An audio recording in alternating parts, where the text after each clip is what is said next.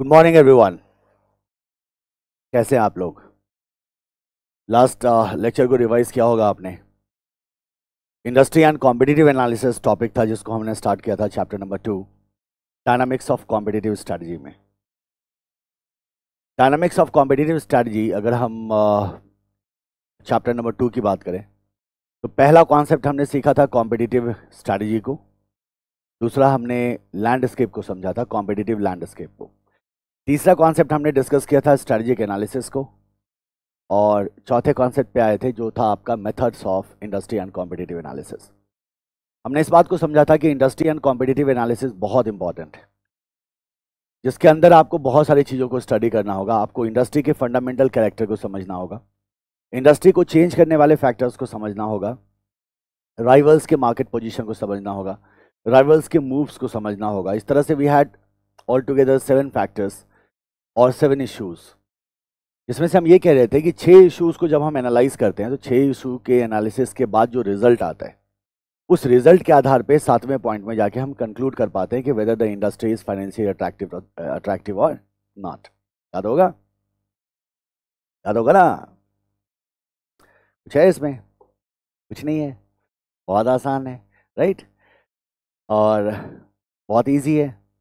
आप लोगों ने एमसीक्यू सॉल्व किया, जो एमसीक्यू कल मैंने आपको दिया था चैप्टर 1 का 3rd पार्ट, सॉल्व किया था या नहीं किया था? सच सच बताना, झूठ मत बोलना।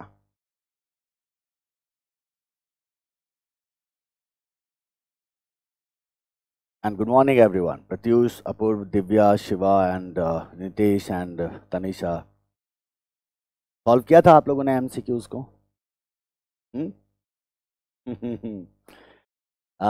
हमेशा याद रखना, सक्सेस का कोई शॉर्टकट नहीं होता। You will have to work hard, है ना? पढ़ाई करनी पड़ेगी, और पढ़ना ही आपका एक मुख्य काम है, और एकमात्र काम है आपके पास, वो है पढ़ाई करना। इसके अलावा मुझे नहीं लगता आप पे कोई एक्स्ट्रा बर्डन होगा, है ना? घर के थोड़े बहुत काम कर देते होगे तो बहुत बड़ी बात है। एक ही मकसद है आपका, अभी आपके पास एक ही ऑब्जेक्टिव है और वो है पढ़ाई करना। जब एक ही काम करना है और पढ़ाई ही करना है, चाहे अभी करे या थोड़ी देर बाद करे, कल करे, परसों करे, अल्टीमेटली करना यही है, तो क्यों ना करा जाए, शुरू से करा जाए, अभी से करा जाए। किया था सर बट कुछ कुछ नहीं बने, दैट्स वेरी नॉर्मल। कुछ नहीं बने तो अच्छी बात है ना, इसका मतलब you are applying your head, है ना? और जिनको दिमाग नहीं लगाना है ना, वो तो सब बना देंगे, उनको तो डिफिकल्टी नहीं होगी। जाहिर सी बात है, कुछ क्वेश्चंस का सॉल्व ना होना ये हेल्दी इंडिकेटर है, ये गुड इंडिकेटर है। इसका मतलब बच्चा दिमाग लगा रहा है, वो समझ रहा है कि चलो ये क्वेश्चन मेरे से नहीं हो पा रहा है, मैं इसको अटेम्प्ट नहीं कर पा रही हूँ, सो इट्स ओके। कुछ क्वेश्चंस अगर नहीं बने ना तो कोई दिक्कत नहीं है। किया था बट काफ़ी में प्रॉब्लम्स आया, डाउट्स भी हैं, बिल्कुल सही है। अगेन नॉर्मल, काफ़ी में प्रॉब्लम आया तो परसेंटेज बहुत इंपॉर्टेंट है ना? 50% से ज़्यादा में प्रॉब्लम्स नहीं आने चाहिए। अगेन अगर डाउट्स हैं तो चलेगा, इट्स ओके, है ना? जैसे जैसे आप प्रैक्टिस करोगे, जैसे जैसे आप आगे बढ़ते जाओगे, डाउट्स क्या होंगे? ऑटोमेटिकली कम होते चले जाएंगे। डाउट्स हैं तो ये भी एक हेल्दी इंडिकेटर है ना? लेकिन हर एक क्वेश्चन में डाउट नहीं होना चाहिए। अगर हर एक क्वेश्चन में डाउट हो गया तब तो पंगा है ना दोस्त, है या नहीं? बताओ, है ना पंगा? बात ही नहीं सुनते आप लोग मेरी। बहुत एडवांस थे एमसीक्यूज, हाँ थोड़े एडवांस थे एमसीक्यूज। इस लेवल पे एग्जामिनेशन में वो जाते ही नहीं है, बहुत बेसिक क्वेश्चंस पूछते हैं एग्जामिनेशन में, जो आप यूं बनाओगे, ठीक से बोलने दो, यूं बनाओगे, है ना? क्योंकि वहाँ जो 30 क्वेश्चंस आते हैं एमसीक्यूज के, बहुत ही सिंपल क्वेश्चन होते हैं, और in fact knowledge based, concept based question होता है एमसीक्यू, तो उसे डील करना ज़्यादा मुश्किल नहीं होता। तो बहुत ज़्यादा कॉम्प्लिकेटेड क्वेश्चन आपको एग्जाम में नहीं मिलने वाला। लेकिन आप हमेशा याद रखना, क्या क्या लिखा हुआ है मेरे सर के ऊपर, ध्यान से पढ़ो क्या लिखा हुआ है ना? तो हमेशा इस रूल को फॉलो करना लाइफ में, always hope for the best and plan for the worst. हमारी प्लानिंग हमेशा वर्स्ट सिचुएशन के लिए होनी चाहिए, कि अगर क्वेश्चन सेटर का दिमाग घूम गया, है ना, मानसिक रूप से वो विकलांग हो गया, तो उस कंडीशन में वो क्या क्या सोच सकता है। है ना, कहाँ फंसाने की कोशिश कर सकता है। उस एक्सट्रीम तक की तैयारी कर लेते हैं हम, उसके अंदर सब कुछ आना ही है ना। तो स्टार्ट करें आज के लेक्चर को। आज के लेक्चर में हम बेसिकली जो हमारा इंडस्ट्री एंड कॉम्पिटिटिव एनालिसिस था उसको वाइंड अप करेंगे, और फिर हम देखेंगे अगर हमारे पास टाइम होगा तो हम core competence and competitive advantage को स्टार्ट करेंगे। हालांकि कल मैंने आपसे कहा था लास्ट लेक्चर में, इस लेक्चर में मैं कोर कॉम्पिटेंस कॉम्पिटिटिव एडवांटेज को हम टच कर दें, तो हो सकता है हम टच करें तो अच्छी बात है, नहीं करें वो भी अच्छी बात है ना। तो ध्यान देना। लेक्चर 2 अपलोड करवा दीजिए सर, ज्वाइन 3rd लेक्चर से किया था दिव्या। हाँ ठीक है, लेक्चर 2 जो है वो अपलोड हो जाएगा, है ना। लेक्चर 2 जो है अपलोड हो जाएगा। हाँ शिवा, यही रूल है लाइफ का, मत भूलना, हमेशा याद रखना, always hope for the best. हाँ अच्छा ही होगा मेरे साथ, बुरा तो हो ही नहीं सकता, but always plan for the worst. हमारी प्लानिंग हमेशा बुरे से बुरे हालत को डील करने के लिए होनी चाहिए, बाकी बेस्ट की तो उम्मीद सभी करते हैं, हम भी करेंगे। तो चलिए आगे बढ़े, 3rd पॉइंट पे चलते हैं। 3rd पॉइंट पे है हमारे पास ट्रिगर्स ऑफ चेंज, है ना। ट्रिगर्स ऑफ चेंज, ट्रिगर देखा है कभी? ट्रिगर देखा होगा, सोशल मीडिया पे आजकल तो गोली वोली मारने का सीन वगैरह डाल देते हैं लोग। मैंने भी एक बार देखा था कि मेरे एक भाई साहब थे, आई एम फ्रॉम बिहार, तो वहाँ it's normal, use to be normal, now it is it's also normal. आज के डेट में भी क्या है, नॉर्मल है। एक भाई साहब थे हमारे, और भाई साहब इतना अच्छा वेल विशर थे मेरे कि मैं उस समय 9th क्लास में था और मैं उनके यहाँ गया। उन्होंने बताया तेरे को दिखाऊं एक चीज़। मैंने बोला क्या? बोलता है घोड़ा। मैंने बोला घोड़ा? बोला यार तेरे पास घोड़ा कहाँ से आया? बोला चलो मैं आपको दिखाता हूँ एक चीज़। And he took out the pistol, और उन्होंने कहा कि ये देखो, पिस्टल नहीं था, दैट्स अ काइंड ऑफ कट्टा, मतलब देसी, और उसको मेरे को दे दिया। देखो ये है trigger, when you pull the trigger, यहाँ से बुलेट निकलेगा और एक गोली है बस, आदमी का काम खलास। 9th क्लास में था मैं, और पावर फील हुआ, हाथ में कट्टा आया तो कहाँ क्या जानने गए यार दुनियादारी, है ना। इतना सोचने का टाइम तो रहता नहीं था उस समय। मैंने उसको डाला कमर में और पहुंच गया घर, अपने घर गया। घर पहुंचते पहुंचते मेरी जो जितना भी जोश था ना, इंतजाम गन को लेके, वो खत्म हो चुका था। बस एक ही बात की चिंता थी, मम्मी ना देख ले। तो उनके देखने का मतलब है फिर वो झाड़ू से मारेंगी, चप्पल से मारेंगी, जूता से मारेंगी, वो देखती नहीं थी कि हाथ में क्या है। उसको जाके मैंने घर में छुपा दिया। हालांकि 6 या 7 दिन के बाद उसको डिस्कवर कर लिया गया। उस डिस्कवर करने के बाद मुझे ऐसा लेसन मिला लाइफ में कि दोबारा मैंने उसकी तरफ नज़र उठा के भी नहीं देखा। आप समझ सकते हैं, मैं ज़्यादा नहीं बोलूँगा, अपनी बेइज्जती कोई खुद थोड़ी करवाता है। ऐतिहासिक मार पड़ी थी मुझे, है ना। उसके बाद ट्रिगर ऐसा करते नहीं, गंदी बात है। ट्रिगर का मतलब क्या होता है? ट्रिगर का मतलब होता है कुछ भी ऐसा जो किसी सिचुएशन को क्या कर रहा होता है, बदल रहा होता है। अब हम लोग गन की बात कर रहे हैं, तो गन में भी ट्रिगर होता है। जब आप ट्रिगर को पुल करते हैं तो जो स्टैटिक बुलेट था गन के अंदर, उसका जो स्टेट है वो चेंज हो जाता है और वो मूव करता है ना, करता है ना। सो इसी को ट्रिगर कर दे। ट्रिगर का मतलब जो किसी पर्टिकुलर सिचुएशन को क्या कर दे, चेंज कर दे, उसको अपन क्या कह रहे हैं, ट्रिगर कह रहे हैं। तो ऐसा फैक्टर ट्रिगर कहलाएगा जो इंडस्ट्री में चेंज लेके आए, उसी को आप ट्रिगर्स ऑफ चेंज कहते हैं। ट्रिगर्स ऑफ चेंज बहुत सारे हो सकते हैं, क्योंकि हम जानते हैं कि जो इंडस्ट्री का जो ओवरऑल एनवायरनमेंट है, वो ओवरऑल एनवायरनमेंट क्या है, डायनामिक है। और बहुत सारे फैक्टर्स ऐसे होते हैं जो कंटिन्यूअस बेसिस पे बदलते रहते हैं। जैसे जैसे फैक्टर्स बदलेंगे, इसका इम्पैक्ट इंडस्ट्री पे भी देखने को मिलेगा, और इंडस्ट्री में भी बदलाव आएंगे ना। इसी को अपन ट्रिगर्स ऑफ चेंज कहते हैं। आप याद करो, आपको लास्ट क्लास में मैंने इंडस्ट्री लाइफ साइकिल बताया था। जब आप इंडस्ट्री में हो रहे चेंजेस को एक्सप्लेन करना चाहते हैं, sometime we link it with the industry life cycle. याद है ना आप लोगों को? ध्यान से सुनना। तो याद करो, इंडस्ट्री लाइफ साइकिल में हमारे पास 4 स्टेजेस थे ना, आपके नोटबुक में मेंशन्ड है। इंट्रोडक्शन था, ग्रोथ था, मैच्योरिटी था, डिक्लाइन था। आपने नोटिस किया कि इन चारों स्टेजेस में जो इंडस्ट्री का बिहेवियर है वो चेंज हो रहा है, इंडस्ट्री चेंज हो रहा है। इंडस्ट्री के अगर इंट्रोडक्शन फेज की बात करें, तो इंट्रोडक्शन फेज में जो फर्म आया है उसकी जिम्मेदारी है कि भाई अभी डेवलप करना है इंडस्ट्री को। उस कंडीशन में देखोगे कि उनका इन्वेस्टमेंट बहुत ज़्यादा होता है, और उस इन्वेस्टमेंट के अगेंस्ट उन्हें उतना प्रॉफिट नहीं मिल रहा होता, क्योंकि इंडस्ट्री चूंकि इंट्रोडक्शन स्टेज में है तो ज़्यादा कस्टमर वहाँ नहीं होते हैं, और नंबर ऑफ कॉम्पिटिटर भी क्या होता है, कम होता है। लेकिन जैसे ही इंडस्ट्री ग्रोथ स्टेज में जाता है, तो जो दूसरे फर्म्स हैं उन्हें एक अपॉर्चुनिटी दिखती है। उन्हें ऐसा लगता है कि इस इंडस्ट्री में मैं जाके ज़्यादा कमा सकता हूँ, तो न्यू एंट्री होना शुरू होगा। और आप जानते हैं जैसे ही न्यू एंट्री होना शुरू होगा तो कंपटीशन का लेवल क्या होगा, बढ़ेगा। कंपटीशन का लेवल बढ़ेगा, और चूंकि ग्रोथ स्टेज में है तो मार्केट साइज तो ऑलरेडी क्या हो रहा है, बढ़ रहा है। तो जरा नोटिस करो आप, तो इसका मतलब मेरे को एक बात बताओ, मैं अगर आपसे ये पूछूं कि entry barrier and exit barrier अगर लो है, या हम ऐसे सोचो entry of firm and exit of firm, या एंट्री ऑफ फर्म या एग्जिट ऑफ फर्म को हम ट्रिगर ऑफ चेंज कह सकते हैं?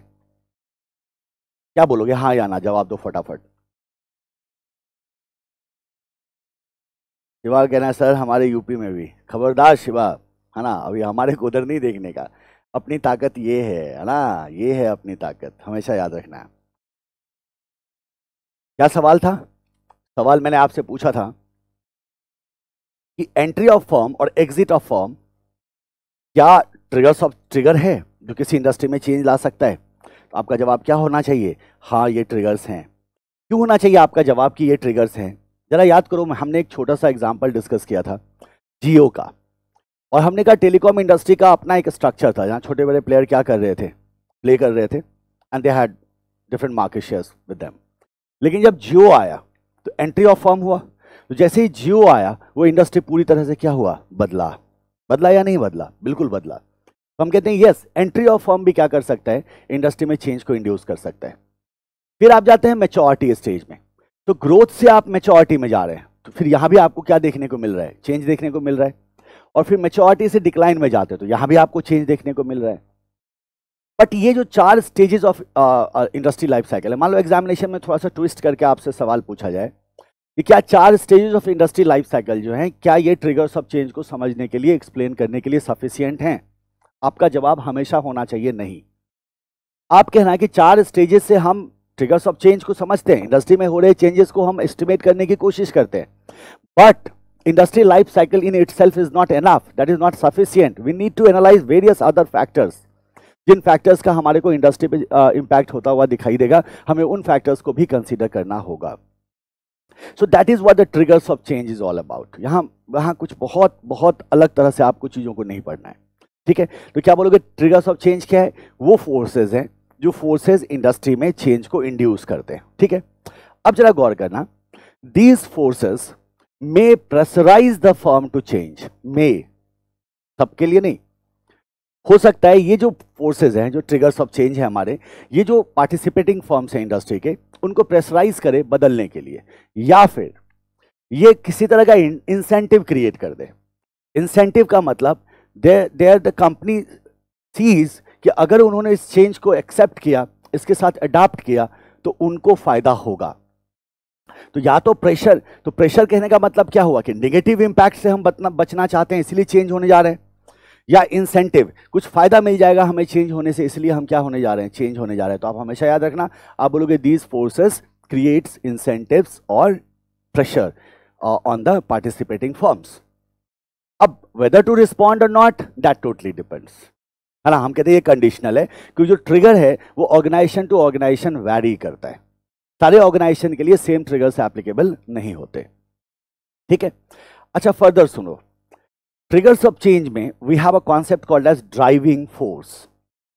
अब ड्राइविंग फोर्स किसको कहते हैं? जो ड्राइव करे चेंज को, है ना, जो चेंज को क्या करे, ड्राइव करे। तो ड्राइविंग फोर्स बेसिकली उन डोमिनेंट फोर्सेस को कहा जाता है, उन डोमिनेंट फोर्सेस को कहा जाता है जो इंडस्ट्री में चेंज को इंड्यूस करता है, ठीक है?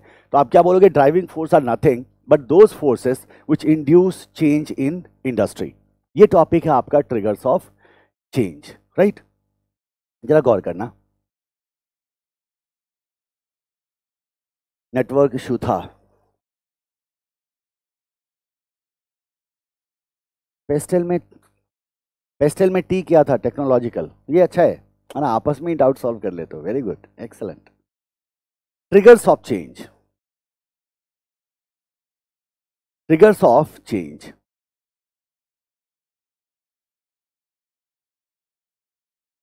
ठीक है? ट्रिगर्स ऑफ चेंज, आ जाओ एक एक पॉइंट हम मेंशन करेंगे, उसको फर्दर हम डिस्कस करते हुए चलेंगे। All industries are characterized by trends and new developments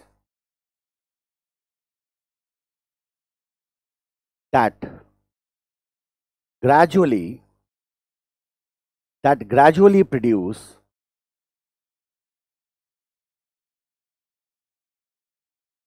change important enough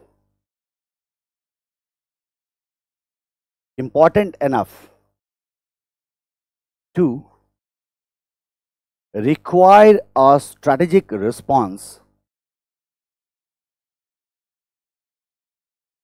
by participating firms. Participating firms का मतलब क्या कहा हमने? पार्टिसिपेटिंग फर्म्स का मतलब हमने कहा कि वी आर टॉकिंग अबाउट जो इंडस्ट्री के जो फर्म्स हैं उन्हीं को हम क्या कह रहे हैं? पार्टिसिपेटिंग फर्म्स कह रहे हैं। ठीक है, तो क्या कह रहे हैं हम भाई? ट्रिगर्स ऑफ चेंज की अगर हम बात करते हैं तो हम कहते हैं हर एक किसी भी इंडस्ट्री को आप देखो तो उसमें जो डेवलपमेंट्स हो रहे होते हैं, उसमें जो ट्रेंड्स हो रहे होते हैं, उससे वो इंडस्ट्री क्या होता है? कैरेक्टराइज होता है, right? And further we see that those trends and developments are so important that you will have to consider strategic response. आपको क्या करना होगा? strategic response consider करना होगा। अब जरा सोचो, मैंने आप ऐसे सोचो, छोटा सा एग्जांपल समझ लो रियल लाइफ से, आपको तुरंत फटाफट इस लाइन का मतलब समझ में आ जाएगा। मुझे याद है कि मैंने 2014 से मैंने लाइव पढ़ाना शुरू किया, लाइव सैटेलाइट पे। I was teaching in Eton that time. Eton CA का नाम तो आप जानते ही होंगे, राइट? सो ईटन सीए पे मैं फाइनल में इसका और जो IPCC लेवल था, IPCC लेवल पे ITSM का मैं वहाँ से लाइव क्लास ले रहा था, राइट? 14 से। और उसके बाद कंटिन्यूअसली मैं लाइव क्लास लेता रहा डिफरेंट सैटेलाइट मोड्स में। जब सैटेलाइट मोड प्रॉफिटेबल मॉडल नहीं रहा और लोगों ने इंटरनेट के थ्रू ब्रॉडकास्ट करना शुरू किया, तो फिर जाहिर सी बात है उस चेंज का मैं भी हिस्सा था। And I have started classes through internet. जो अपन कर रहे हैं ना अभी लाइव सेशन है, ये सिंपली इंटरनेट के थ्रू है। We have the streaming server जिसके थ्रू अपन आसानी से क्या कर सकते हैं? स्ट्रीम कर सकते हैं लेक्चर्स को। अब जरा सोचो, but there are lot of players जो शुरू से ही लाइव प्लेटफॉर्म पे नहीं थे, right? But when they saw that the industry is changing, आप बहुत साइंस में भी आप देखोगे कि there were lot of institutions जिनका लाइव प्रेजेंस नहीं था, वो सिर्फ फेस टू फेस में प्रेजेंट थे, लाइव में उनका प्रेजेंस नहीं था। लेकिन ग्रेजुअली क्या हो रहा है आज की डेट में, चाहे वो साइंस स्ट्रीम से हो, आर्ट्स स्ट्रीम से हो, या स्कूल एजुकेशन हो, या कॉमर्स एजुकेशन हो, हर एक सेक्टर ऑफ एजुकेशन में आप देखोगे that people are now moving towards what? Online classes. Now this is the response, this is the strategic response what these organizations are making, to compensate the changes, to establish a balance between the environment and the organization. तो वो क्या कर रहे हैं? अपने आप को change कर रहे हैं, रिस्पॉन्स कर रहे हैं। किस रिस्पॉन्स को? चेंज को। और वो चेंज क्या लेके आया? इंटरनेट लेके आया। क्या लेके आया? इंटरनेट लेके आया था वो चेंज। तो स्ट्रेटेजिक रिस्पॉन्स की रिक्वायरमेंट हो सकती है, इसी को हम बेसिकली यहां क्या कह रहे हैं? Triggers of change. Life cycle stages, life cycle stages, एक सेकेंड हम पूरा लिख देते हैं ताकि आपको कंफ्यूजन ना हो। इंडस्ट्री लाइफ साइकिल लिखना। देखो इंडस्ट्री लाइफ साइकिल अगर लिख दिया था तो उसके पहले एरो करके इंडस्ट्री लिख लेना। Industry life cycle stages, industry life cycle stages are strongly linked. Industry life cycle stages are strongly linked. ठीक है? Linked with overall, with changes कर देना, changes in, linked with changes in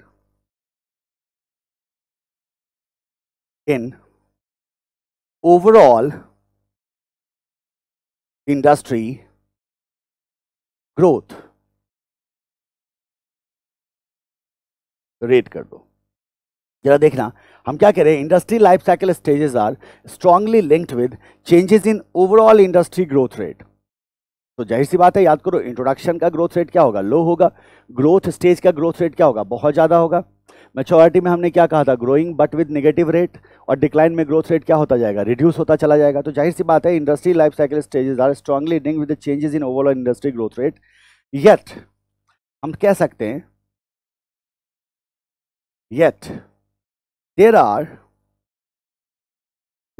ऐसे कर देते हैं इसको, yet there are more causes of industry change, yet there are more causes of industry change than an industry position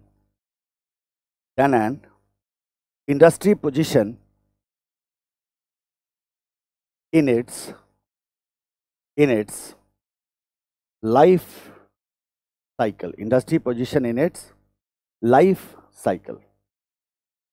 ठीक है, जरा इसको देखो। अब सेकेंड स्टेटमेंट में हम क्या कह रहे हैं, बहुत बहुत सिंपल तरीके से इसको क्या ध्यान में रखना है कि इंडस्ट्री लाइफ साइकिल जो है ये बताता है बेसिकली कि ग्रोथ रेट और डिफरेंट लेवल पे ग्रोथ रेट क्या होगा।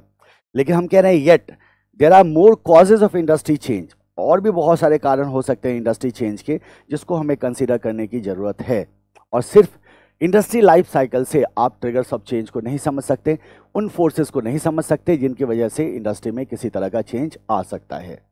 ठीक है, क्लियर है? इसी चीज़ को मैंने आपसे कहा था कि क्या industry life cycle is sufficient to tell us about the changes in the industry.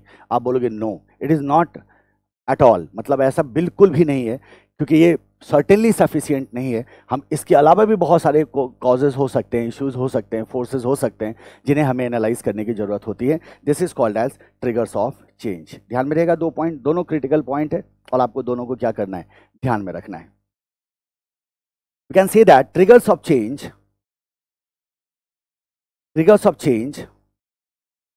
are basically those forces which brings change in an industry। तो बहुत सिंपल तरीके से वन लाइनर दिमाग में रखना है तो हमें ये कह देना है कि triggers of change are basically those forces जो इंडस्ट्री में क्या लेके आता है, चेंज लेके आता है। अब हम बात करते हैं कि सर चेंजेस तो बहुत सारे होते हैं, किसी भी इंडस्ट्री में चेंजेस तो बहुत सारे होते हैं, क्या हर एक चेंज के रिस्पॉन्स में मेरे को स्ट्रैटेजिक रिस्पॉन्स लगाना होगा ना? एक एग्जाम्पल लो, आप ऐसे सोचो, मान लो अपना क्लास चल रहा है ना, अपने क्लास में होगा बहुत तरह के इश्यूज होंगे। बहुत तरह के इश्यूज क्या होंगे? अब जैसे लास्ट क्लास में कुछ बच्चे एब्सेंट हो गए। अब वो एब्सेंट क्यों हो गए? तो उनका कुछ बहुत ज़रूरी काम था, उन्होंने कहा बहुत ज़रूरी काम था, हमारे को बैकअप चाहिए, राइट। सो ये एक नॉर्मल प्रोसीजर है। जब बैच को मैं सोच रहा था तो मेरे को पता था कि ऐसा होगा, ये एक नॉर्मल प्रोसीजर है। मान लो किसी का क्लास छूट गया, उसको बैकअप चाहिए, ये एक नॉर्मल प्रोसीजर है, राइट। तो इसके लिए अगर हम बात करें कि हमें किसी भी तरह का रिएक्टिव करके कुछ रिस्पॉन्स स्ट्रैटेजी बनाने की आवश्यकता नहीं है, because this was the part of planned strategy. और जरा एज्यूम करो, अगर किसी कारणवश मान लो मैं 6 दिन 7 दिन के लिए क्लास ना ले पाऊँ, अगर मान लो किसी कारणवश मैं 6 दिन 7 दिन के लिए क्लास ना ले पाऊँ, आपकी छुट्टी हो जाए 6-7 दिनों की, तो 7 दिन का मतलब हो गया कि हमारा 14 घंटे का लॉस होगा, 14 आवर्स। और जाहिर सी बात है उस 14 आवर्स को मैनेज करने के लिए मुझे एक्स्ट्रा क्लासेस लगाने होंगे, या क्लासेस के ड्यूरेशन को हम थोड़ा सा आगे पीछे करेंगे ताकि हम उसको कंपनसेट कर सके। ऑब्वियस है या नहीं, बताओ मेरे को, ताकि टाइम से क्लास को क्या किया जा सके, खत्म किया जा सके। तो यहाँ मेरे को क्या करना पड़ा? स्ट्रैटेजिक रिस्पॉन्स लगाना पड़ा। तो स्ट्रैटेजिक रिस्पॉन्स हर एक कंडीशन में आप नहीं लगाते हैं, क्योंकि आप ये देखोगे कि जो चेंज हो रहा है इंडस्ट्री में, उस चेंज का आप पे क्या इंपैक्ट है। याद करो, एक छोटा सा एग्जांपल लिया था हमने कि एक बहुत ही डोमिनेंट फोर्स था जिसका नाम था एंड्रॉयड टेक्नोलॉजी, लेकिन एंड्रॉयड टेक्नोलॉजी के आने के बाद भी एप्पल एंड्रॉयड पे शिफ्ट नहीं हुआ। इसका मतलब वो ट्रिगर एप्पल को अफेक्ट नहीं कर रहा था। एप्पल ने कहा नहीं, मेरे को नहीं शिफ्ट होना, तो एप्पल ने उसको किसी भी तरह का स्ट्रैटेजिक रिस्पांस एप्पल को करने की जरूरत नहीं हुई। इनफैक्ट एप्पल ने बाकी ऐप डेवलपर्स को कहा कि भाई अगर एंड्रॉयड के लिए बना रहे हो तो iOS के लिए भी बनाओ, क्योंकि अगर सिर्फ एंड्रॉयड के लिए ऐप बनाओगे ना तो मेरे फ़ोन पे नहीं चलेगा। और यही रीज़न है कि लोगों ने क्या किया, दोनों तरह के ऐप देखोगे लोगों के पास, वो एंड्रॉयड ऐप भी बनाते हैं, iOS ऐप भी बनाते हैं, या एक हाइब्रिड वैरायटी आती है जिसमें दोनों की फैसिलिटी होती है। आप EIS में पढ़ोगे डिटेल में, राइट। उन्होंने रिस्पांस नहीं किया, इसीलिए मैंने कहा था कि organisational triggers varies from organisation to organisation. हर एक ऑर्गेनाइजेशन पे सेम ट्रिगर काम नहीं करता, और हर एक ट्रिगर को हम रिस्पॉन्ड करें ये भी जरूरी नहीं होता, राइट।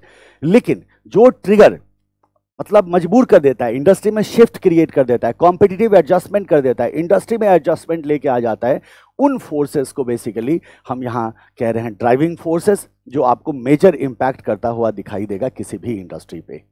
तो हम इसके अंदर ही, इनफैक्ट इसी कॉन्सेप्ट के अंदर हम एक क्या बोलते हैं, सब टॉपिक बनाएंगे, राइट। और सब टॉपिक का नाम लिखेंगे ड्राइविंग फोर्सेस। नोट कर लिया होगा ना आपने? आ जाओ, इसी के अंदर एक सब टॉपिक बनाते हैं और उस सब टॉपिक को बोलेंगे हम ड्राइविंग फोर्स। कैसा फोर्स? ड्राइविंग फोर्स, ठीक है। ड्राइविंग फोर्स की अगर हम बात करें तो हमने कहा कि ड्राइविंग फोर्स में आते हैं basically dominant forces, dominant factors. तो what we can say at first, there are various factors which cause fundamental industry and competitive adjustments. Fundamental industry and competitive adjustments.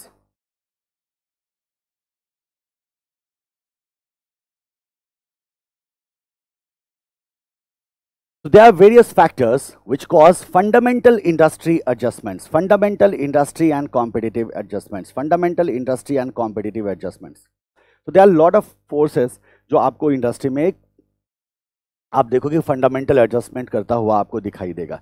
अच्छा, हमें क्या करना होगा? देखो, हमें क्या करना होगा, हमें नहीं पता हम किस फैक्टर्स की बात करें, थोड़ा बहुत आइडिया तो है हमें, बट अभी तक हमने उसको डिस्कस नहीं किया है कि ये फैक्टर्स होंगे क्या क्या, राइट।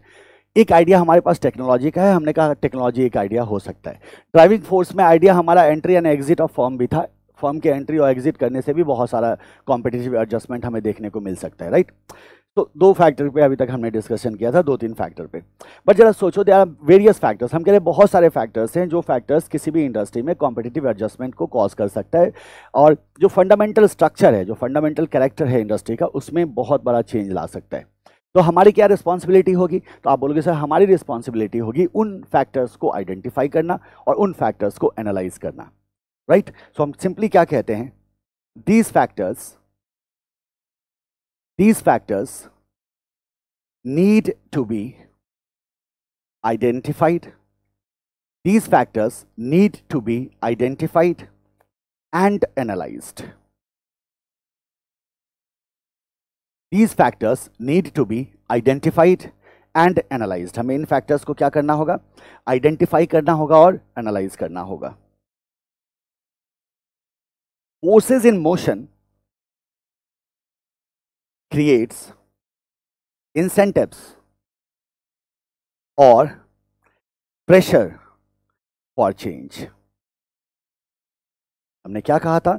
ये जो फोर्सेस होते हैं, जो फैक्टर्स होते हैं, वो इंसेंटिव क्रिएट करते हैं या प्रेशर क्रिएट करते हैं, किसके लिए? चेंज के लिए। लेकिन सब इस पे सब इसको रिस्पॉन्ड करे ये जरूरी नहीं होता, इस बात को भी हम ध्यान में रखेंगे। Most dominant forces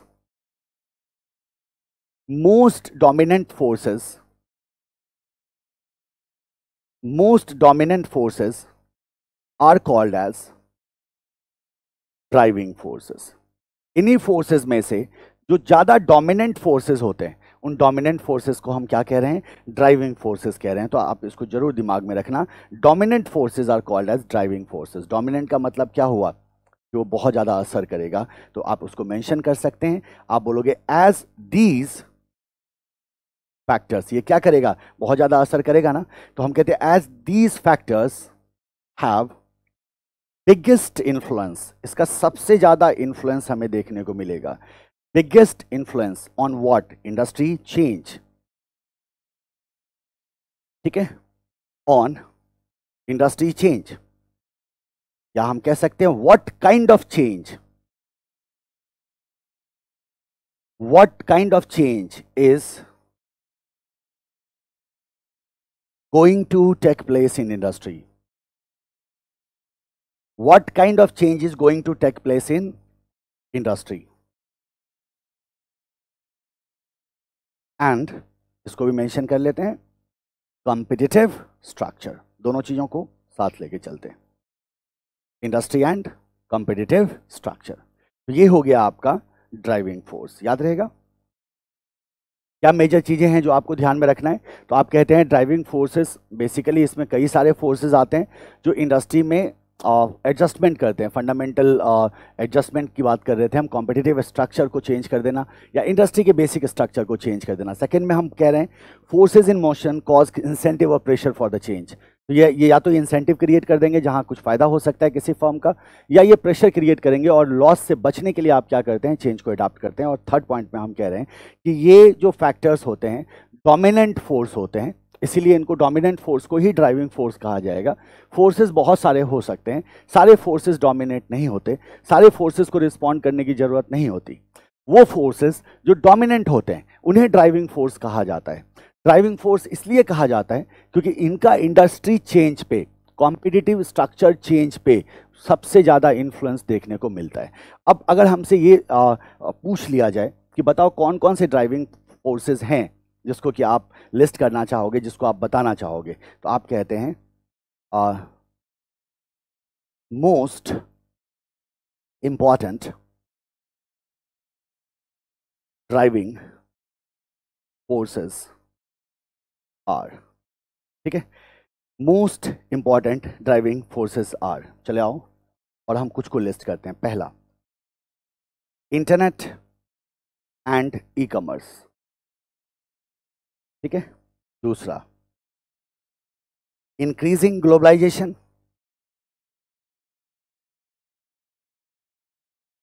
FDI etcetera. ठीक है, तीसरा, प्रोडक्ट इनोवेशन, चौथा, टेक्नोलॉजी डेवलपमेंट,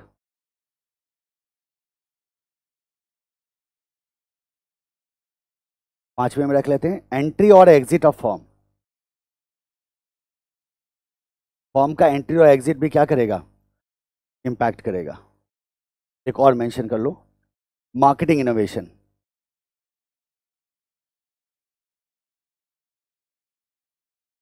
एक्सेट्रा। यह है आपका ड्राइविंग फोर्सेस। ध्यान में रखिएगा इसको। This all about your triggers of change.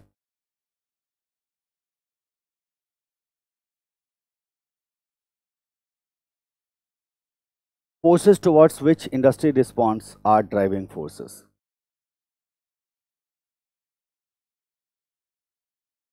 Apoorva, हाँ चलेगा। Forces towards which industry responds are driving forces. चलेगा। Industry response कहने का मतलब forces which creates change in industry. That is the driving force. एक ही बात है। The dominant forces are called as driving forces as these factors have biggest influence on what kind of change is going to take place in industry and competitive structure. ठीक है, तो किस तरह का change होने जा रहा है, क्या फंडामेंटल एडजस्टमेंट होने जा रहा है, क्या कॉम्पिटिटिव एडजस्टमेंट होने जा रहा है, that will be determined by the driving force. ठीक है, ये आपका हो गया triggers of change and the concept of driving force. बहुत छोटा लिख रहा हूँ शिवा? अच्छा चलो ठीक है ना, देखो 305% है। ओके, कोई बात नहीं, थोड़ी सी हैंडराइटिंग अच्छी हो जाती है ना इससे, संभाल के लिखने से, समझ रहा है बालक। चलते हैं नेक्स्ट टॉपिक पे। मेरे को कौन बताएगा नेक्स्ट टॉपिक क्या है? अभी तक आपने कितने टॉपिक को पढ़ा? आपने पढ़ा ECT को, है ना। E फॉर इकोनॉमिक इंडिकेटर था, C for nature and strength of competition था, T फॉर हमारे पास ट्रिगर्स ऑफ चेंज था, जिसको हम अपन कह रहे थे ECT, राइट। इकोनॉमिक इंडिकेटर में लिस्टिंग थी, कुछ करने को नहीं था। Nature and strength of competition में भी कुछ खास करने को हमारे पास नहीं था। और जब हम ट्रिगर्स ऑफ चेंज में आते हैं तो ड्राइविंग फोर्स के कॉन्सेप्ट को हमें ध्यान में रखना है। आप एक बात तो आप समझ सकते हैं, देखते हैं कि ट्रिगर्स ऑफ चेंज में बहुत लेंदी क्वेश्चन आपसे नहीं पूछा जाना चाहिए। 5 नंबर का क्वेश्चन तो ये पूछेंगे नहीं कि ट्रिगर्स ऑफ चेंज क्या है। वैसे जितना कंटेंट मैंने आपको दिया है that is more than enough for any kind of question. किसी भी तरह का सवाल पूछे, इससे ज़्यादा कंटेंट लिखने की हमें आवश्यकता नहीं है। एक बात हमेशा याद रखना, एग्जामिनेशन में बहुत मायने रखता है कि आप जो लिख रहे हो ना वो कैसे लिख रहे हो, आपका जो कंटेंट है ना वो क्या है। और जो सबसे बड़ी प्रॉब्लम जो फेस करते हैं ना बच्चे, वो यही प्रॉब्लम है बेसिकली कि they fail to write in proper manner. अब जैसे एक सवाल होता है जो अक्सर बच्चे पूछते हैं कि sir should we do the writing practice और नॉट। क्वेश्चन आंसर्स को लिख लिख के प्रैक्टिस करना चाहिए या नहीं करना चाहिए।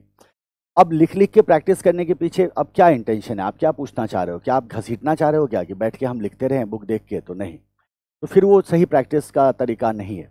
इसीलिए मैं अभी आपसे ये कहूँगा कि आप में से जिन बच्चों का इंग्लिश लैंग्वेज पे कमांड है, मतलब कहने का मतलब जो आप सोचते हैं वो आप लिख सकते हैं, आपके पास वोकैबुलरी है, आप लिख सकते हैं, आप सेंटेंस फॉर्म कर लेते हैं, आप कंपोजिशन जानते हैं थोड़ा बहुत, तो अगर आप लिख पा रहे हैं ना अंग्रेजी में, तो अभी आपको बिल्कुल भी इस बात की चिंता नहीं करनी है कि मेरे को आंसर राइटिंग प्रैक्टिस करनी है। It's not certainly not essential at this stage of preparation, right. आपको क्या करना है, you have to keep a rough notebook with you always. जब भी आप EIS या SM पढ़ें, एक रफ नोटबुक रखें, और जिस रफ नोटबुक में आप क्या करोगे, आप पढ़ भी रहे हैं, रिवाइज भी कर रहे हैं, आपने ट्रिगर्स ऑफ चेंज को पढ़ा, पूरे टॉपिक को जैसे ही आपने रिवाइज किया, मान लो इसमें आपको 2 मिनट 3 मिनट लगा, तो आप फटाफट रफ कॉपी पे गए और बिना अपने नोट्स को देखे हुए रफ कॉपी पे क्या किया, उसको बिल्कुल रफली सिर्फ की पॉइंट उठा के रखना शुरू कर दिया। जैसे लिखा ट्रिगर्स ऑफ चेंज, तो हम कहते हैं इसमें क्या होता है भाई, वो फोर्सेज होते हैं जो इंडस्ट्री में चेंज लेके आता है। ड्राइविंग फोर्सेस होता है, ड्राइविंग फोर्सेस डोमिनेंट फोर्सेस होते हैं, जो या तो इंसेंटिव या तो प्रेशर क्रिएट करते हैं, जिसके अगेंस्ट स्ट्रैटेजिक रिस्पॉन्स करने की आवश्यकता हो जाती है। तो ट्रिगर्स ऑफ चेंज बेसिकली वो फोर्सेस हैं जो फोर्सेस जरूरत पैदा कर देते हैं कि आपको स्ट्रैटेजिकली रिस्पॉन्ड करना होगा, एक नई स्ट्रैटेजी बनानी होगी ताकि आप चेंज के साथ क्या कर सको, अकोमोडेट कर सको। और ड्राइविंग फोर्स के ये एग्जाम्पल्स हैं, उसको फटाफट क्या किया, रफ, बिल्कुल रफ। आपको पता है कि इस नोटबुक को मुझे पलट के नहीं देखना है ना, बिल्कुल भी कंप्लीट आंसर राइटिंग में मत जाना, थियरी लिख लिख के याद करने की कोशिश मत करना, आपका टाइम वेस्ट होगा और उसका कोई मतलब नहीं है। जिनका लैंग्वेज वीक है, मान लो अंग्रेजी पे थोड़ा हाथ तंग है, तो उनको भी क्या करना है, बिल्कुल चिंता नहीं करना है, और धीरे धीरे आपका वोकैबुलरी स्ट्रांग होता जाएगा SM में, आप अपने आप लिखना क्या कर दोगे, शुरू कर दोगे। तो ये था आपका फैक्टर नंबर 3। हम चलते हैं फैक्टर नंबर 4 पे। फैक्टर नंबर 4 कह रहा है identifying strongest and weakest companies.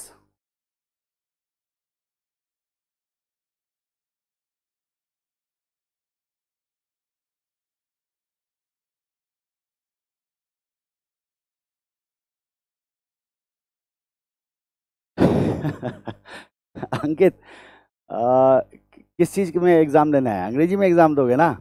Trigger को हिंदी में क्या कहते हैं, ट्रिगर को हिंदी में बताया था ना, मैंने शुरू में बताया था ट्रिगर को हिंदी में क्या कहते हैं, बताया था ना सबको। आ जाइए, identify strongest and weakest company, है ना। मतलब ऐसे ऐसे डाउट आते कैसे हैं दिमाग में रे बालक, ये बता मेरे को। ये ट्रिगर को हिंदी में क्या कहते हैं, मतलब क्या, मतलब खोपड़ी में हमेशा चलता ही रहता है क्या कुछ उठपटांग। FDI, FDI क्या है, FDI क्या है, FDI होता है फॉरेन डायरेक्ट इन्वेस्टमेंट। शिवाजी, कट्टा नहीं होता है, कट्टा is the entire pistol, entire gun is कट्टा, घोड़ा is just a part of gun. क्या पढ़ रहे हैं हम लोग यहाँ, आर्म साइंस पढ़ रहे हैं क्या। FDI का मतलब होता है foreign direct investment, foreign direct investment जिसके तहत बाहर से कंपनी आपके कंट्री में क्या करती है, इन्वेस्ट करती है, उसको कहते हैं FDI। आप जानते ही होगे ना।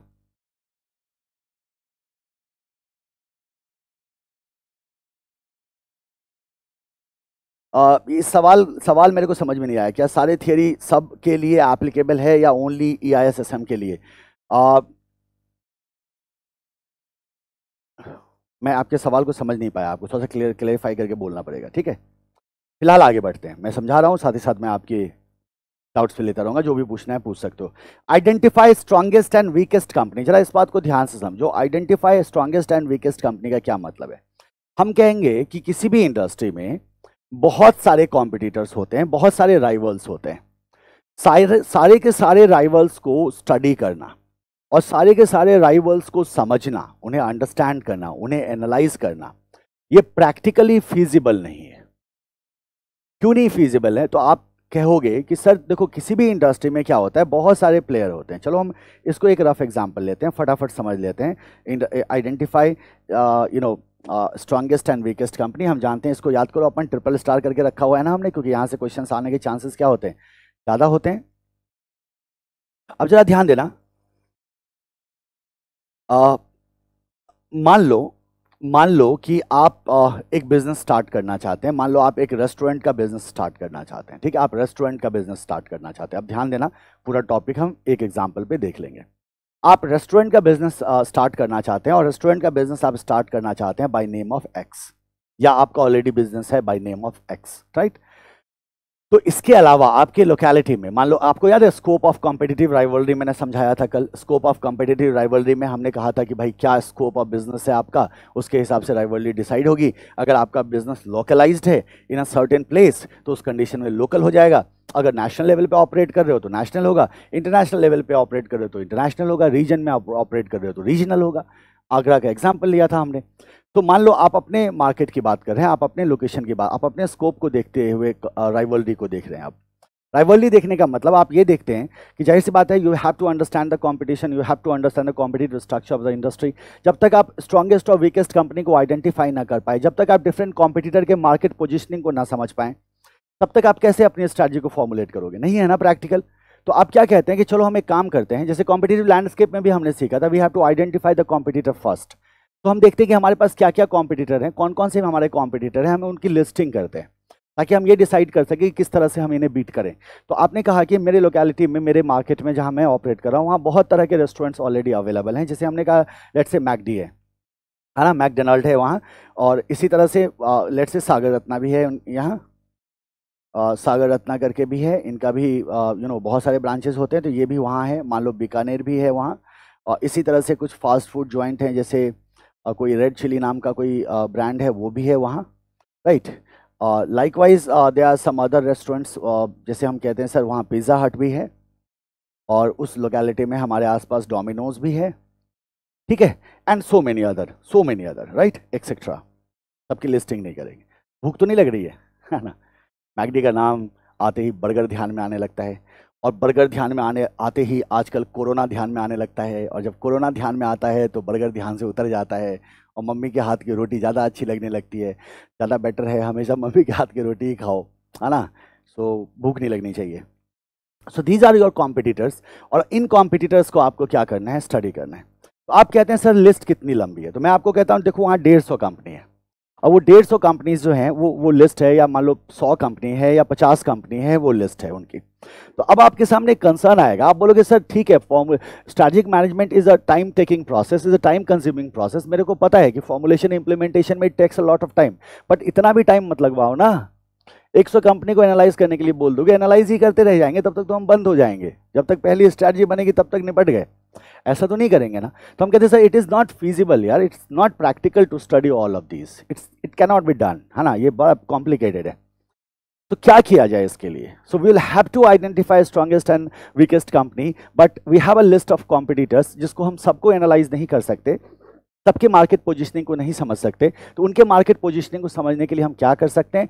तो then we have a technique called as strategic group mapping, और स्ट्रैटेजिक ग्रुप मैपिंग को ही बेसिकली हम identify strongest and weakest company कहते हैं। क्या बोल रहा हूं मैं? Strategic group mapping. तो अब हम क्या करते हैं, ध्यान देना। स्ट्रैटेजिक ग्रुप मैपिंग के तहत हम क्या करते हैं?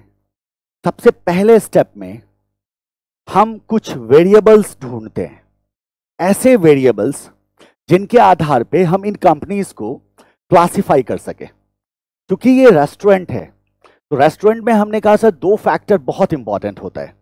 एक होता है रेंज ऑफ मेन्यू। अगर मैं किसी भी रेस्टोरेंट में जाता हूं तो मेन्यू देख के जाता हूं। मेरे को फास्ट फूड खाना है तो मैं पिज़्ज़ा हट गया, पिज़्ज़ा खाना था तो। लेकिन मेरे को अगर कोई फुल रेंज रेस्टोरेंट में जाना है जहां मेरे को चावल दाल रोटी सब कुछ मिले, तो जाहिर सी बात है मेरा चॉइस ऑफ रेस्टोरेंट क्या होगा? चेंज हो जाएगा।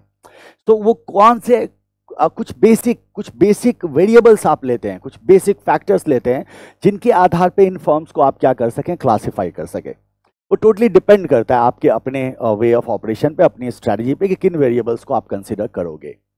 तो सबसे पहले स्टेप में हम क्या करते हैं? We identify those variables based on which these company may be categorized और these company may be grouped. हम क्या करना चाह रहे हैं? धीरे धीरे आप वहां पहुंच रहे हैं।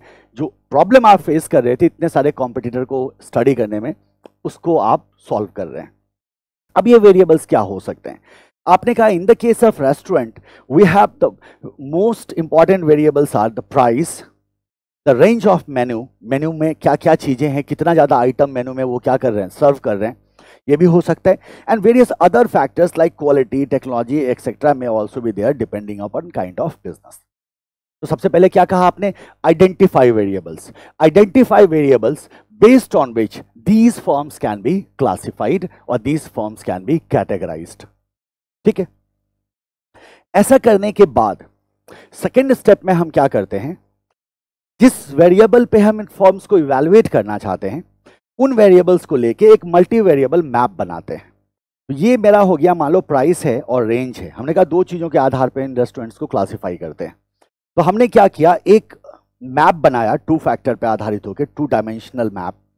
और इस 2 डायमेंशनल मैप में हमने प्राइस को रखा और रेंज ऑफ प्रोडक्ट को रखा।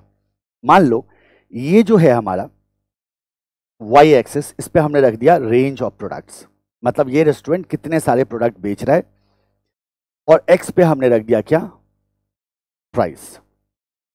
ठीक है, तो we have different scales. Of course यहां क्या होगा, हमारे पास डिफरेंट स्केल होगा, मेजरमेंट का तरीका होगा। इस तरह से देखो, आपने क्या किया, एक मल्टी वेरिएबल मैप बनाया 2 फैक्टर्स पे आधारित होके। मल्टी वेरिएबल मैप इसलिए कहते हैं multiple factors can be used. मैं आपको पहले ही बता दूं, 2 डायमेंशनल कहने का मतलब आप ये मत समझ लेना कि 2 ही फैक्टर होंगे। सो मल्टी वेरिएबल मैप कहते हैं इसको। मल्टीपल वेरिएबल को यूज करके हमने क्या किया, मैप बनाया। और अब हम क्या करते हैं स्टेप नंबर 2 में, जैसे इस फॉर्म को उठाया, मैकडी को, ध्यान देना सब, क्योंकि यही लिखूंगा मैं तो थियरी हो जाएगा, हमेशा यही होता है ना। मैकडी को उठाया, मैकडी को उठाने के बाद हम ये देखते हैं कि मैकडी का रेंज ऑफ प्रोडक्ट क्या है। तो बताओ मैकडी का रेंज ऑफ प्रोडक्ट क्या है। आप कहते हैं सर लिमिटेड है ना, लिमिटेड रेंज ऑफ प्रोडक्ट है। मैकडी के पास तो सिर्फ इतने ही प्रोडक्ट हैं कि मैकडी तो मेनू भी नहीं देता कस्टमर को। आप जाते हो मैकडी के काउंटर पे तो सामने स्क्रीन लगा दिया है उन्होंने, उसी स्क्रीन में देखोगे 2 स्क्रीन में उनका सारा प्रोडक्ट खत्म है। और आपको पता होता है मैकडी जाना है तो मेरे को ये 3-4 चीजें मिलने वाली, यही मैं खाऊंगा। इसका मतलब मैकडी का रेंज ऑफ प्रोडक्ट क्या है, बहुत कम है।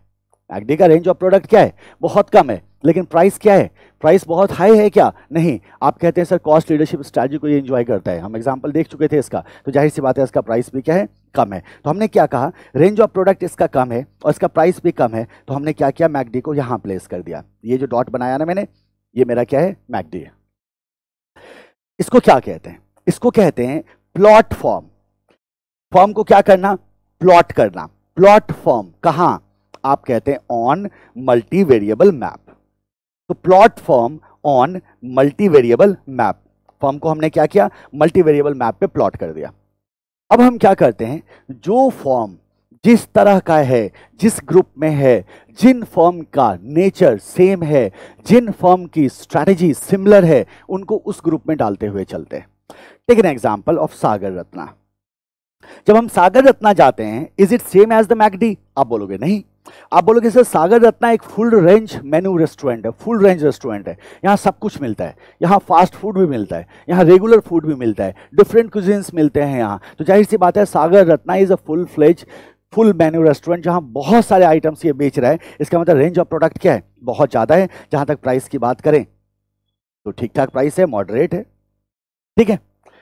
अब चलो बीकानेर, अगर हम बीकानेर की बात करें तो क्या बीकानेर सिर्फ फास्ट फूड बेचता है, नहीं। बीकानेर भी क्या है, एक तरह का फुल रेंज रेस्टोरेंट है। तो आपने क्या किया, बीकानेर को भी क्या किया, फुल रेंज रेस्टोरेंट के कैटेगरी में डाल दिया।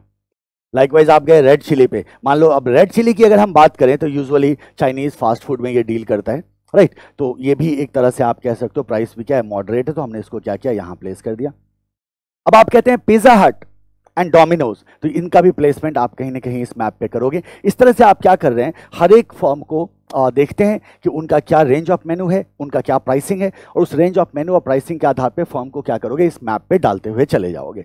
आपके पास 100 कंपनी की लिस्ट थी, वो 100 कंपनी की लिस्ट क्या होंगी, अलग अलग ग्रुप्स में फॉलो होंगी। अच्छा, ये ग्रुप जो है इस पर नोटिस करो, एक ग्रुप में आप एक ही तरह की कंपनी को डाल रहे हैं, जो सिमिलर नेचर की कंपनी है, जिनकी सिमिलर स्ट्रैटेजी है, उनको आप एक ग्रुप में डाल रहे हो। तो मान लो ये आपका एक ग्रुप बना जिसमें 4 कंपनीज हैं, ये एक ग्रुप बना जिसमें 2 कंपनीज हैं, ये एक ग्रुप बना जिसमें क्या है, मल्टीपल कंपनीज यहाँ हैं, मल्टीपल कंपनीज यहाँ हैं। तो इस तरह से आप देखोगे अलग अलग प्राइसिंग में, अलग अलग रेंज ऑफ प्रोडक्ट में आपके मल्टीपल ग्रुप्स बनते चले जाएंगे इस मैप पे। तो plot form on multi variable map के बाद हमने कहा प्लेस फॉर्म को प्लेस करो हैविंग सेम स्ट्रैटेजी, जिनकी सेम स्ट्रैटेजी है, having same strategy in same group. तो जो जिनकी एक सी स्ट्रैटेजी है उनको क्या करिए, एक ही ग्रुप में प्लेस करिए, वो आप कर चुके हो। तो बताओ 3 स्टेप में आपने क्या किया, इंडस्ट्री के 100, 150, 200 फॉर्म जो थे आपके, जिसको आपको एनालाइज करना था, उसको आपने मल्टीपल ग्रुप्स में क्या कर दिया, तोड़ दिया ना आपने, राइट। अब आप क्या करते हैं लास्ट में, स्टेप नंबर 4 में, draw circle around each group. अब आपको करना क्या है, हर एक ग्रुप को क्या करो, सर्कल कर दो। तो ये आपका पहला ग्रुप है, मान लो ऐसे करके आपने इसको सर्कल कर दिया, इसको आपने ऐसे करके सर्कल कर दिया, इसको सर्कल कर दिया, इसको सर्कल कर दिया। नाउ ये जो ग्रुप्स बने ना, 4 ग्रुप, इसको कहते हैं स्ट्रैटेजिक ग्रुप। क्या कहते हैं? Strategic group. और ये जो पूरा प्रोसेस है इसको कहते हैं स्ट्रैटेजिक ग्रुप मैपिंग, और इसी को कहते हैं identifying strongest and weakest company. इससे आपको राइवल के पोजीशनिंग का पता चलेगा। ये जो ग्रुप हैं ये क्या हो गया? आपके स्ट्रैटेजिक ग्रुप हो गया ना। और ये जो 4 स्टेप का प्रोसेस था आपका, इसी 4 स्टेप के प्रोसेस को कहते हैं आप स्ट्रैटेजिक ग्रुप मैपिंग। कई बार एग्जामिनेशन में सवाल पूछा जा चुका है। ठीक है, अब जरा गौर करो। इतना कर दिया, अब हम कहते हैं हम कहां हैं। आप कौन थे? एक्स। भूलो मत कहां से कहानी शुरू करी थी हमने कहा हम क्या है? क्या हम बर्गर बेच रहे हैं? क्या हम फुल रेंज रेस्टोरेंट हैं? क्या हम पिज्जाज में डील कर रहे हैं? क्या हम चाइनीज फूड में, फास्ट फूड में डील कर रहे हैं? हम क्या हैं?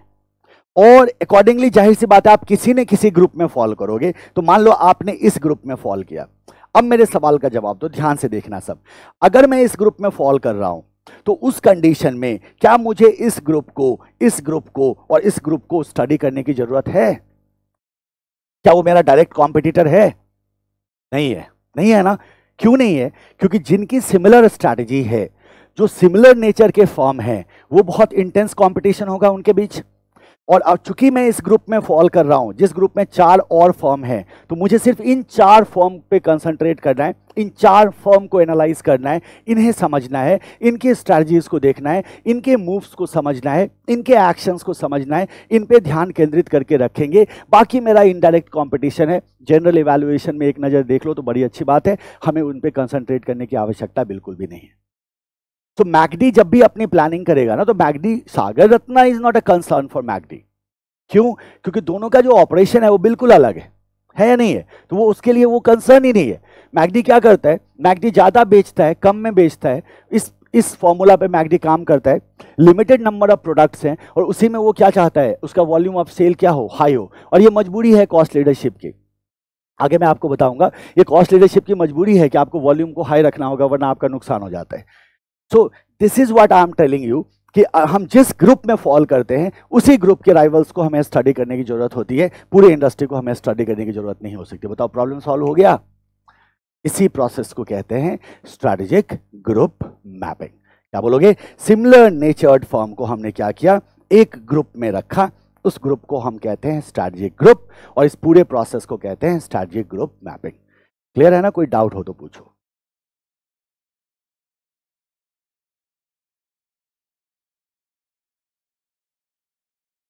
अब देखो ये तनिषा का क्या कहना है। इसका कहना है सर आप भी लॉकडाउन में ट्रिगर कर रहे हो बाहर का खाना खाने के लिए। अरे मैं ट्रिगर तो नहीं कर रहा हूं, मैंने पहले ही कहा था नहीं खाने का है बाहर का खाना। प्रिकॉशन लेना होगा।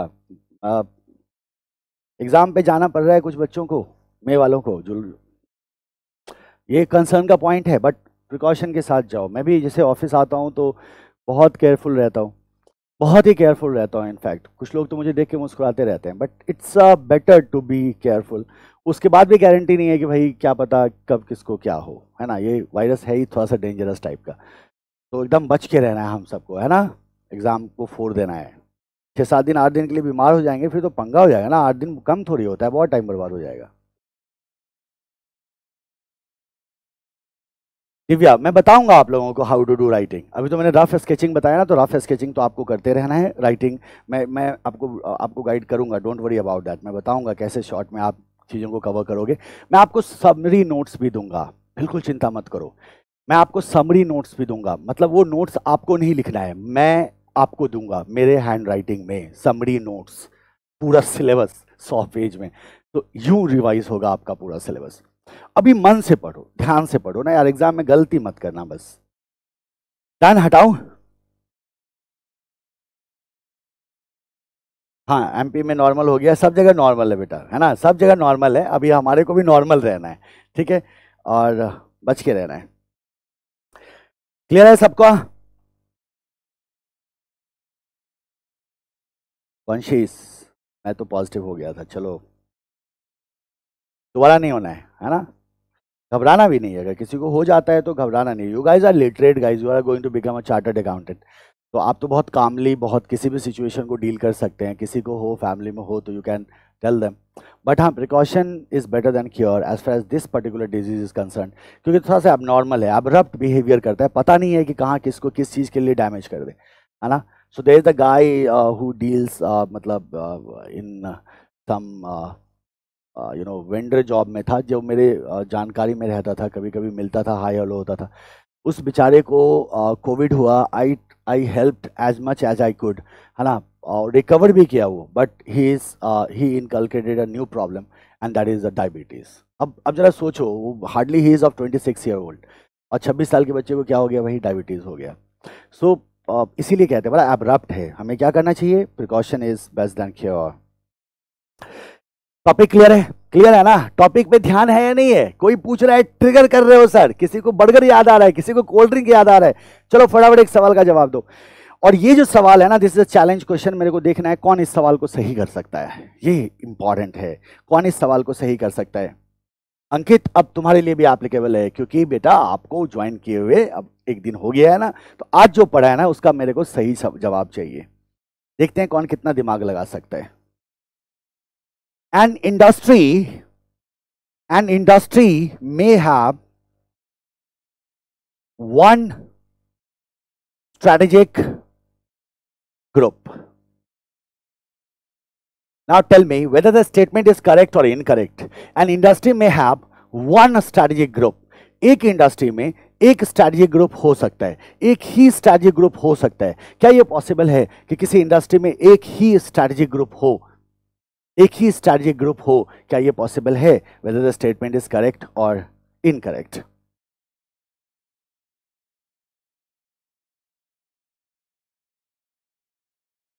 whether the statement is correct or incorrect, जल्दी बताइए। एन इंडस्ट्री में हैव वन स्ट्रैटेजिक ग्रुप, एक इंडस्ट्री के पास क्या है, सिर्फ एक ही स्ट्रैटेजिक ग्रुप है। और वंशीस का कहना है करेक्ट है, जबकि तनिषा का कहना है फॉल्स है ना। ऐसे ही पढ़ते हैं अपन फेस टू फेस में, फेस टू फेस में सामने बैठे रहते तो कभी भी मैं कान पकड़ के खड़ा कर देता हूँ, चल खड़ा हो जा, है ना, यहाँ वो नहीं कर सकता, बट ऐसे ही पढ़ते हैं, आराम से पढ़ो, कोई दिक्कत नहीं है। शिवाजी का कहना है करेक्ट है, अपूर्व का कहना है इनकरेक्ट है, दिव्या का कहना है इनकरेक्ट है, और सिमरन का भी कहना है इनकरेक्ट है। तो बालक, एन इंडस्ट्री में हैव वन स्ट्रैटेजिक ग्रुप। अच्छा एक बार सोचो, आपने जो आंसर किया, आपने सोचा क्या पहले आंसर करने से पहले? मैं फिर बताऊंगा कौन सही है कौन गलत है, ठीक है। आपको आंसर रिवाइज करना हो तो रिवाइज कर लेना। अब मैं आपको एक क्वेश्चन पढ़ू जरा, इसको ध्यान से। एन इंडस्ट्री में हैव वन स्ट्रैटेजिक ग्रुप, एक इंडस्ट्री के पास क्या हो सकता है, एक स्ट्रैटेजिक ग्रुप हो सकता है, ठीक है। ये हमसे पूछा गया और बोला गया भाई बताओ ये स्टेटमेंट गलत है या सही है, एमसीक्यू में डाल दिया गया या किसी भी तरह से पूछा गया। तो अब हम कह रहे हैं स्ट्रैटेजिक ग्रुप, ये कह रहा है कि एक इंडस्ट्री में एक ही स्ट्रैटेजिक ग्रुप है। तो स्ट्रैटेजिक ग्रुप का मतलब क्या होता है? तो हमने कहा था स्ट्रैटेजिक ग्रुप का मतलब होता है ये उन कंपनीज का ग्रुप बनाते हैं हम, जिन कंपनीज की स्ट्रैटेजी क्या होती है, सिमिलर होती हैं, सेम होती हैं, और जो सिमिलर नेचर की कंपनीज होती हैं उनको ग्रुप करके हम एक ग्रुप बनाते हैं, जिस ग्रुप को अपन स्ट्रैटेजिक ग्रुप कहते हैं। That we already know, right. So similar strategy के फर्म को हम क्या कहते हैं, स्ट्रैटेजिक ग्रुप कहते हैं। अब सवाल ये है कि क्या एक इंडस्ट्री में जितने भी फर्म हैं उनकी स्ट्रैटेजी सिमिलर हो सकती है? तो ये कह रहा है मे, और ये नहीं कह रहा है कि an industry will have one strategic group. ये नहीं कह रहा है सवाल कि एक इंडस्ट्री में एक ही स्ट्रैटेजिक ग्रुप होगा, ये नहीं कह रहा। ये सवाल कह रहा है कि एक इंडस्ट्री में एक ही स्ट्रैटेजिक ग्रुप हो सकता है, हो सकता है। क्या नहीं हो सकता है? क्या ऐसा नहीं हो सकता है कि एक इंडस्ट्री में जितने फर्म हैं उनकी स्ट्रैटेजी सिमिलर हो? क्या इसकी संभावना नहीं हो सकती है? क्या होगा या नहीं होगा उस पर नहीं जाना, क्या इसकी संभावना हो सकती है या नहीं कि एक इंडस्ट्री में सारे फर्म की स्ट्रैटेजी क्या हो जाए, सेम हो जाए? Tell me. मे वर्ड है ना, विल तो नहीं है, ऐसा तो नहीं कह रहा है ना कि an industry will always have one strategic group, ऐसा तो नहीं कह रहा है। क्वेश्चन क्या कह रहा है? An industry may have one strategic group. May have, हो सकता है किसी इंडस्ट्री में एक ही स्ट्रैटेजिक ग्रुप हो, तो हम कहते हैं yes the statement is what, correct. The statement is correct, सही है ये। क्यों सही है ये स्टेटमेंट? क्योंकि बोल रहा है may have one strategic group, may को हटा के विल लिख दो, गलत हो जाएगा। क्यों? क्योंकि एक भी हो सकता है, एक से ज्यादा भी हो सकता है, लेकिन ये कब होगा? जब हम कहते हैं all firms have similar strategy. अगर इंडस्ट्री के सारे फर्म्स की स्ट्रैटेजी सेम हो जाए तो वो क्या हो जाएंगे? सिमिलर हो जाएंगे, राइट? अच्छा, लाइकवाइज आपसे ये भी पूछा जा सकता है, चलो आप ध्यान देना। एक सवाल हमने सॉल्व किया, एन इंडस्ट्री में हैव वन स्ट्रैटेजी ग्रुप। आपने समझा मे वर्ड का इंपॉर्टेंस, और यही गेम है एसएम का, कि एसएम में आपको ध्यान से क्वेश्चंस को पढ़ना होगा, और आपको बड़ा इंटरेस्टिंग लगा होगा ये, क्योंकि कुछ करने को इसमें था ही नहीं, फिर भी ज़्यादातर बच्चों ने इसका गलत जवाब दे दिया था। The statement is what? Correct. कुछ बच्चों ने इनकरेक्ट बोल दिया था। आगे बढ़ते हैं। An industry will have many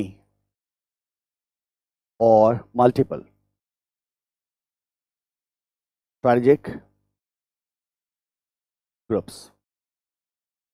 Tell me whether the statement is correct or incorrect.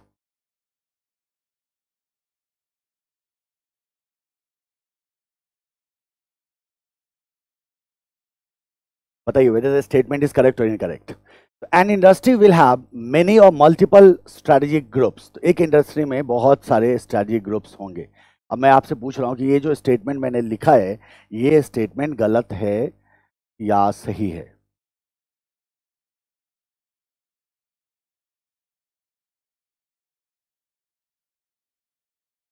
क्या बोलोगे आप? स्टेटमेंट क्या है, सही है या गलत है? फॉल्स है ये तो पक्का। तनिषा का कहना है सर ये फॉल्स है। ठीक है, बाकी भी बताओ, तब तक मैं अगला क्वेश्चन लिख रहा हूं। Strategic group mapping